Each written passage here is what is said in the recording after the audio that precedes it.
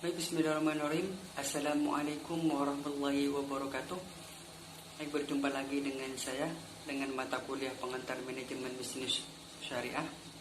Nah, pada kesempatan kali ini saya akan membahas tentang pemasaran dalam Islam. Nah, untuk yang pertama, apakah itu pemasaran? Pemasaran di sini dalam bahasa Inggrisnya yaitu marketing.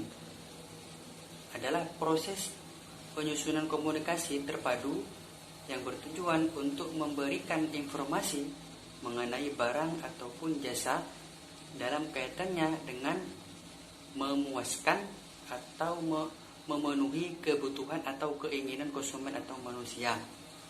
Nah, untuk pemasaran yang syariah yaitu segala aktivitas yang dijalankan dengan kegiatan bisnis yang mengarahkan proses penciptaan, penawaran, dan penjualan dan perubahan nilai dari suatu inisiator kepada stakeholder yang dalam keseluruhannya prosesnya sesuai dengan akad-akad atau prinsip-prinsip muamalah dalam Islam. Nah, untuk karakteristik pemasaran syariah di sini ada 4. Yang pertama itu rabbaniyah, yang kedua ahlakiyah, yang ketiga alwaqiyah, yang terakhir yaitu insaniyah. Nah, yang dimaksud dengan rabbaniyah di sini yaitu bersifat religius, yaitu keyakinan bahwa hukum-hukum syariat merupakan hukum yang paling adil dan paling sempurna. Dan kita merasa bahwa Allah senantiasa mengawasi yang bisnis yang kita jalankan. Terus yang kedua itu ahlakiyah, yaitu mengedepankan masalah akhlak, moral, etika dalam seluruh aspek kegiatan bisnis yang kita jalankan. Terus yang ketiga yaitu alwaqiyah, yaitu bukan konsep yang eksklusif, fanatis, anti moderat dan kaku, melainkan fleksibel dalam koridor Islam atau syariah.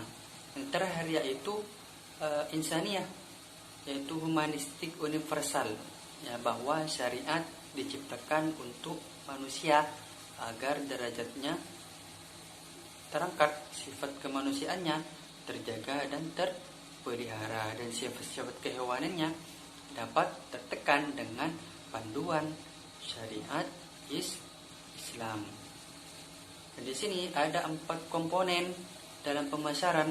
Yang pertama yaitu produk, yaitu sesuatu yang dapat ditawarkan ke pasar untuk mendapatkan perhatian, untuk dibeli dan digunakan atau dikonsumsi oleh konsumen atau manusia, sehingga dapat memenuhi kebutuhan atau keinginan manusia. Produk ini yang berkaitan dengan produk yang utuh, mulai dari nama produk, isi, pembungkusan,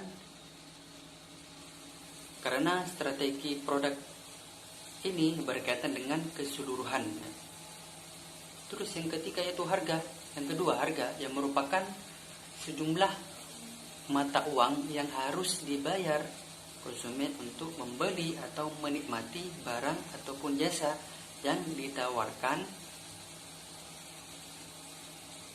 Nah, penentuan harga di sini sangatlah penting, mengingat harga merupakan salah satu penyebab laku tidaknya suatu produk. Yang ketiga yaitu tempat. Ini termasuk juga distribusi, cara perusahaan menyalurkan barangnya mulai dari perusahaan sampai ke tangan konsumen akhir. Nah, strategi distribusi ini penting dalam upaya perusahaan melayani konsumen tepat waktu dan tepat sasaran. Terus yang terakhir yaitu promosi. Nah, promosi di sini yaitu suatu teknis komunikasi yang dirancang untuk mendistribusi konsumen. Tujuan kegiatan promosi ini untuk meningkatkan penjualan. Nah, kegiatan promosi ini dapat dilakukan melalui beberapa cara. Yang pertama itu promosi penjualan, bisa publikasi, bisa penjualan langsung, bisa melalui periklanan atau brand ambassador. Nah, mungkin hanya itu dari saya, kurang lebihnya mohon maaf. Akhirul kalam. Assalamualaikum warahmatullahi wabarakatuh.